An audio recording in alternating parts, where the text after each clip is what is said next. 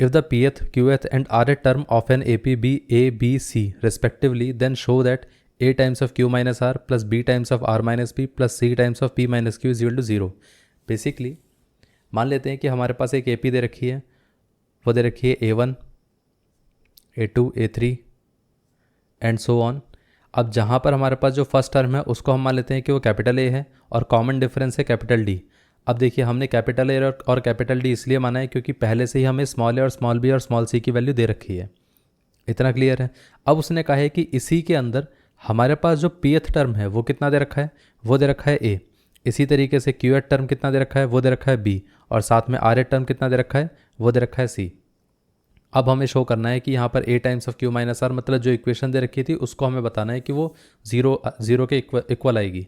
अब देखिए पहली वाली टर्म से हम एक काम करते हैं, यहाँ से हम लिख देते हैं ये कितना आएगा, A P is equal to कितना था, ए था, तो ये आ जाएगा A plus P minus one into D is equal to कितना है, यहाँ पर डी कैपिटल था तो ये A plus P minus one into capital D is equal to A. इतना क्लियर है. अब इसी तरीके से अगर हम इस वाली इक्वेशन को देखें तो वो कितना आएगा, यह आ जाएगा हमारे पास a plus Q minus one into capital D is equal to B. ये थर्ड वाली इक्वेशन के हिसाब से क्या आएगा, यह आ जाएगा a plus R minus one into capital D is equal to C. इतना क्लियर है. अब देखिए यहाँ से अगर हम देखें तो उसने क्या कहा था, हमें यह बताना है कि a times of Q minus R plus B minus B times of R minus P और साथ में c times of p minus Q इसकी वैल्यू जीरो के इक्वल है. तो एक काम करते हैं, हम इसी इक्वेशन को सॉल्व करना शुरू कर देते हैं.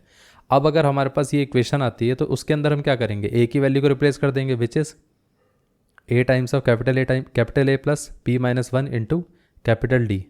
और ये कितना आ जाएगा, q minus R plus B की वैल्यू कितनी है, ये आ जाएगा capital A plus Q minus one into capital D. इसके साथ साथ ये कितना था, आर माइनस पी. और ये कितना है, c की वैल्यू कितनी थी, c था हमारे पास capital A plus R minus one into D, R minus one into capital D. और ये कितना था, p माइनस क्यू. इतना क्लियर है. अब देखिए यहाँ से अगर हम देखें तो a times of q minus R आ गया, तो ये आ गया a times of q minus are.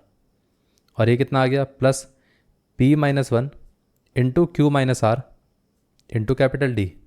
इसी तरीके से अगर हम इसको देखें तो a टाइम्स ऑफ कितना आ जाएगा, ये आ जाएगा r माइनस पी. और ये कितना आ जाएगा, ये आ जाएगा plus r minus P into Q minus one into D.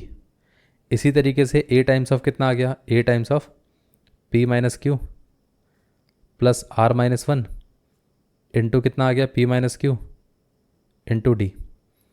अब अगर हम देखें तो इसके अंदर पूरे में से एक काम करते हैं, ए वाले पार्ट को सेपरेट कर देते हैं और उसमें से ए कॉमन ले लेते हैं. तो बचेगा क्या, यहाँ से ए कॉमन आ गया तो ये आ जाएगा क्यू माइनस आर, ये आ जाएगा आर माइनस पी. और ये कितना आ गया, प्लस का पी माइनस क्यू, ये आ गया. इसमें से अगर हम देखें तो डी डी और डी पूरे में से हम क्या कर सकते हैं, डी कॉमन ले सकते हैं. तो बचेगा क्या, ये आ जाएगा P minus one into Q minus are.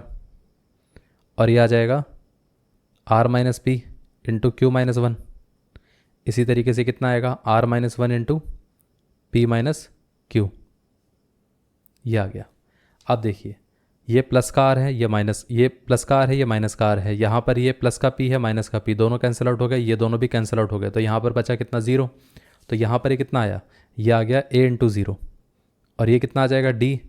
अब यहाँ से इसको मल्टीप्लाई करके देखते हैं तो ये देखिए P into Q, P Q आ गया, पी इंटू आर माइनस का पी आर आ गया. और ये कितना रहेगा, माइनस का क्यू प्लस का आर. इसी तरीके से इसको मल्टीप्लाई करेंगे तो कितना आएगा, R into Q which is R Q. और ये माइनस का पी क्यू और फिर माइनस वन से दोनों को मल्टीप्लाई करेंगे तो ये आ जाएगा माइनस का आर. और ये माइनस का, ये प्लस का पी.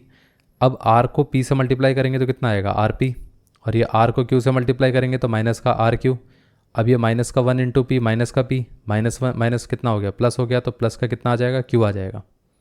अब देखिए माइनस का क्यू प्लस का क्यू कैंसिल आउट हो गया. अब यहाँ से माइनस का आर प्लस का आर कैंसिल आउट हो गया.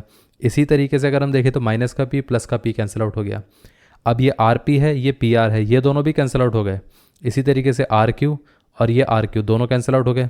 पी क्यू ये भी कैंसिल आउट हो गए. तो बचा क्या, यहाँ पर भी हमारे पास A into zero plus D into zero which is nothing but zero. तो इसका मतलब ये पार्ट कितना आ गया, मतलब हमारे पास यहाँ पर जो टर्म दे रखा था a टाइम्स ऑफ कितना दे रखा था q minus R plus b times of r minus P plus c times of p minus Q, इस पूरे की वैल्यू कितनी आ गई 0 आ गई। इतना क्लियर है। तो यहाँ से हम क्या बोल सकते हैं कि this is equal to 0 hence proved. That's it, क्योंकि हमें यही प्रूव करना था तो प्रूव हो गया। इतना क्लियर है। तो ये आंसर था। इस तरीके से पूरे का आंसर आएगा।